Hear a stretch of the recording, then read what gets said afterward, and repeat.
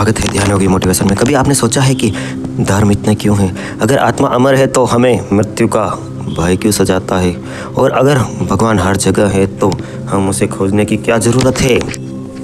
इन सवालों के उत्तर सिर्फ शास्त्रों में नहीं बल्कि ऐसी चेतना में मिलते हैं जो खुद सत्य बन गई हो। एक ऐसी चेतना जिसने कहा था, जगत मिथ्या, अहम ब्रह्मास्मि, यह संसार का मायाजाल, केवल ब्रह्मा ही सत्य है और यह आत्मा में या वही ब्रह्मा है। आज हम उस महापुरुष की गहराई में उतरेंगे, वेदों की गौतम वाक्य की, जिसने पूरे भारत को एक सूत्र में बांधा और जिसने जीवन के रहस्यों को इस तरह दर्शन केवल विचार न रहकर अनुभव बन गया। आदि शंकराचार्य की कहानी, एक ऐसी आत्मा की जिसने केवल 32 वर्ष के जीवन काल में ऐसा चिंतन दिया जो हजारों वर्षों के बाद भी आज मनुष्यता को प्रभावित करता है। छोटे से गांव से निकला वह बालक जिसकी आंखों में सिर्फ 2 चीज़ें थी, जिज्ञासा और निश्चय, जिसने बचपन में ही देखा ये संसार जन्म और मृत्यु के चक्र में फंसा है और जिसने निश्चय किया कि उसे सत्य को केवल जानना नहीं है, अनुभव करना है। क्या वास्तव में हम वही हैं जो दिखते हैं या फिर हमारे भीतर कोई और अविनाशी शांत निराकार सत्ता छुपी हुई है जो केवल प्रतीक्षा कर रही है कि हम उसे पहचाने? शंकराचार्य का दर्शन इसी पहचान का आमंत्रण है।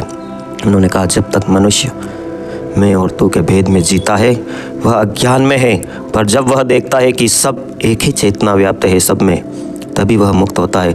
कल्पना कीजिए, 8 वर्ष का एक बालक जिसने घर छोड़ दिया, गुरु की खोज में निकल पड़ा, नदी आम पार के जंगलों में भटका, एक नदी के तट पर अपने जीवन का अर्थ पा लिया। ये कहानी केवल एक संत की नहीं, ये कहानी उस चेतना की है जो हर युग में जन्म लेती है जब सत्य पर धूल जम जाती है। आदि शंकराचार्य ने केवल धर्म नहीं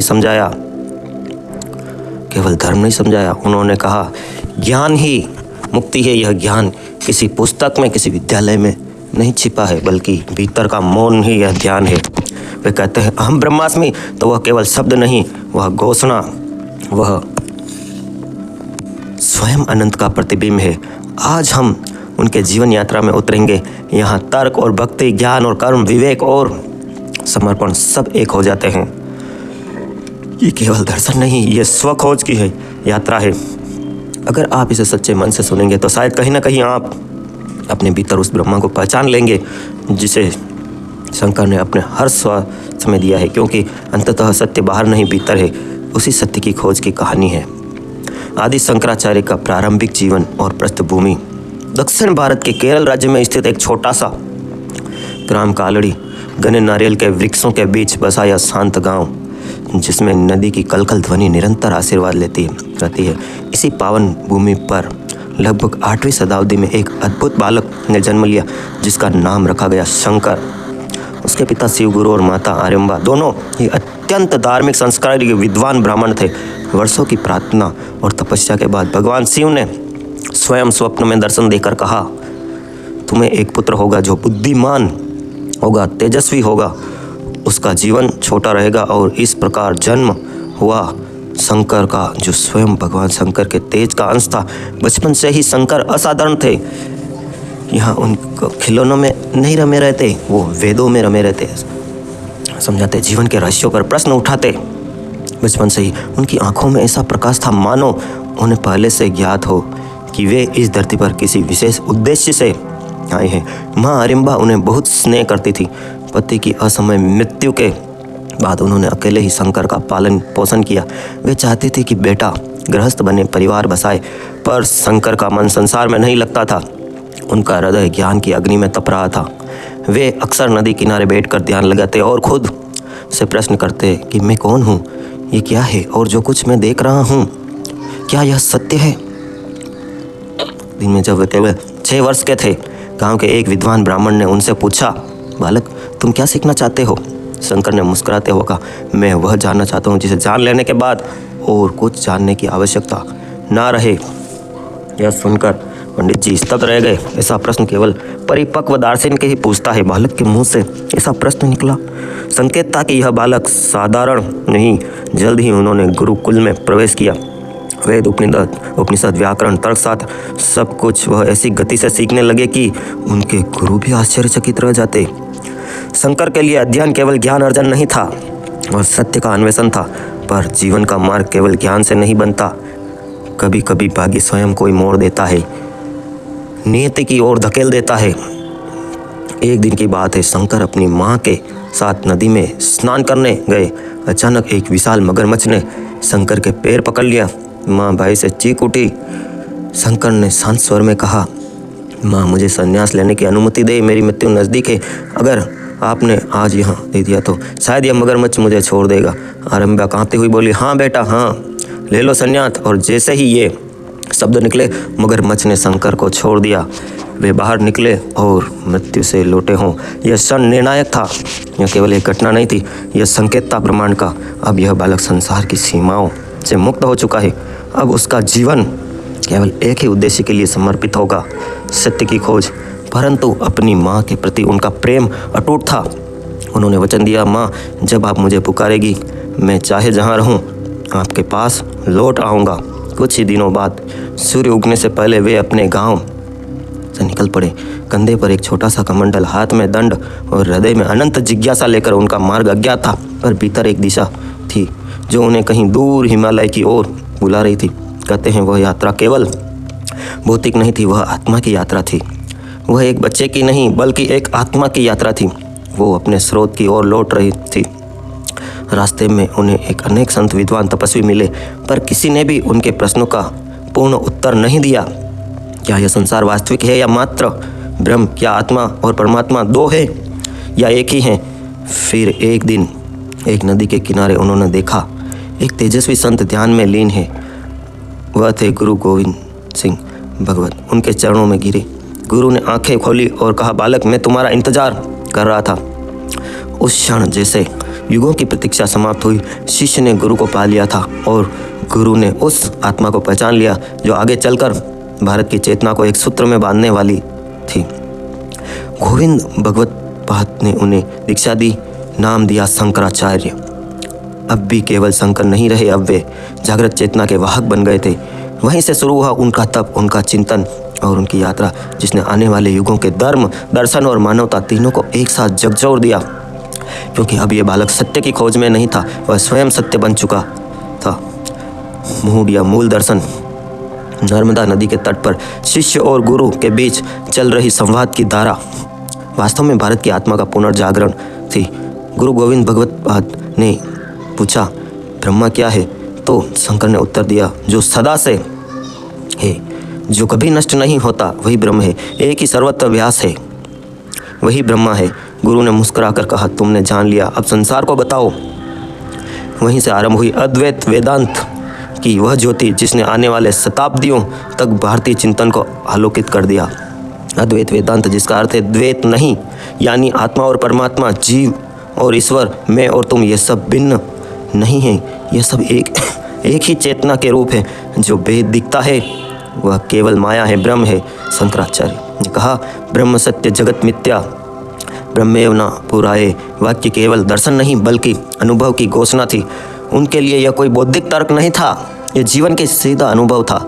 उन्होंने समझाया, जब हम स्वप्न देखते हैं तो हमें लगता है सब कुछ वास्तविक है, पर जागने पर समझ आता है कि वह सब कल्पना मात्र थी। ठीक वैसे ही यह संसार भी एक ब्रह्म चेतना में स्वप्न समान है। हम सोचते हैं कि हम अलग हैं, वास्तव में हम सब एक ही चेतना है, अनंत सत्ता के हिस्से हैं। उनके अनुसार अज्ञान ही वह पर्दा है जो हमें हमारी वास्तविकता से दूर रखता है। जैसे बादलों में सूर्य को नहीं मिटाते, वैसे ही आत्मा की रोशनी को ढक देता है, पर नष्ट नहीं हो पाता अज्ञान और ज्ञान की यात्रा। दोस्तों, यहाँ तक समझ में आया तो एक छोटा सा कमेंट करें और सब्सक्राइब करें। आपका अपना चैनल ध्यान योगी मोटिवेशन।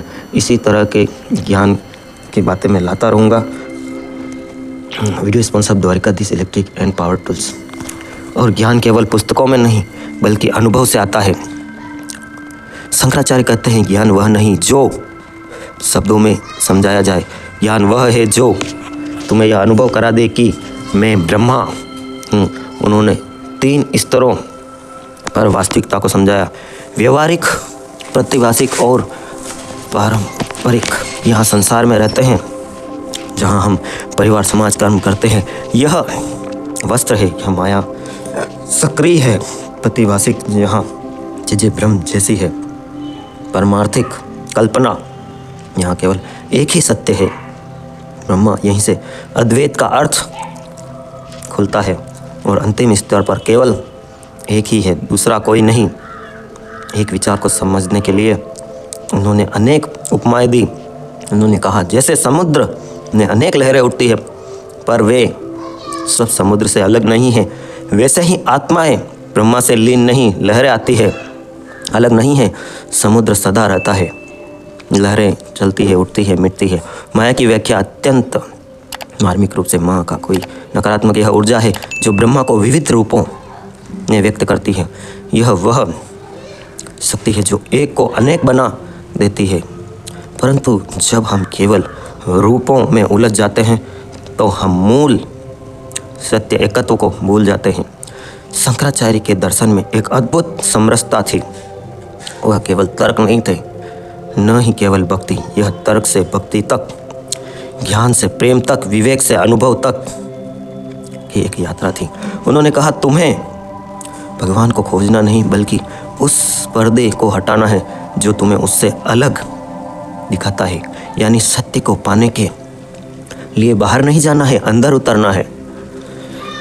उनका प्रसिद्ध वाक्य अहम ब्रह्मास्मि ये भारतीय चेतना की धड़कन बना हुआ है, इसी से भारत विश्व गुरु बना। इसका अर्थ है मैं ब्रह्मा हूँ, पर इसका मतलब अहंकार नहीं बल्कि अहंकार का विसर्जन है। यह अनुभव तब होता है जब व्यक्ति मैं और तुम के बीच का भेद मिटा देता है। वह कहते हैं कि जो व्यक्ति अपने भीतर के ब्रह्म को देखता है, यह दूसरों में भी वही ब्रह्म देखता है।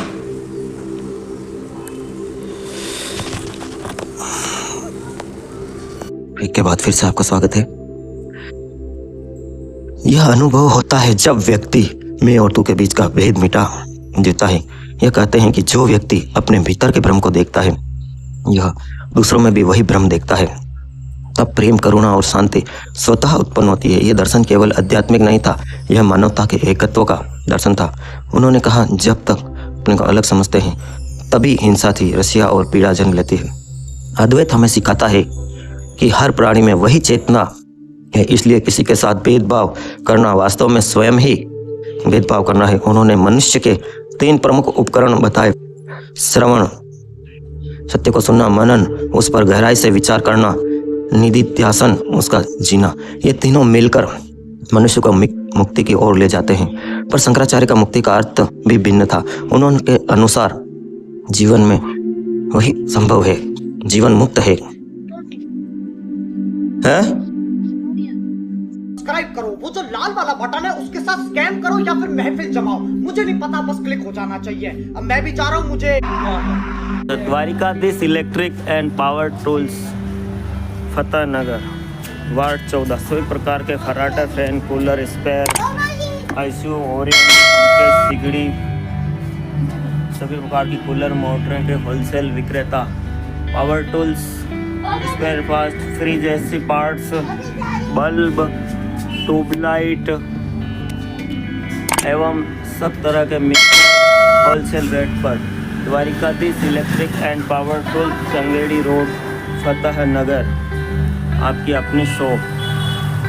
दे रहे हैं, सब्सक्राइब भी आपने किया है, लेकिन आप लाइक और कमेंट में कंजूसी करते हैं। लाइक करें, कमेंट करें पहले। हाँ जल्दी करो, मुझे पता है कि आप लोग नहीं करते हो, वीडियो देखते हो लेकिन सब्सक्राइब नहीं करते। ये लाल कलर का बटन नहीं, इसे दबाओ, जल्दी दबाओ, जल्दी दबाओ, फिर मैं शुरू करूँ। दबा दो जल्दी, दबा।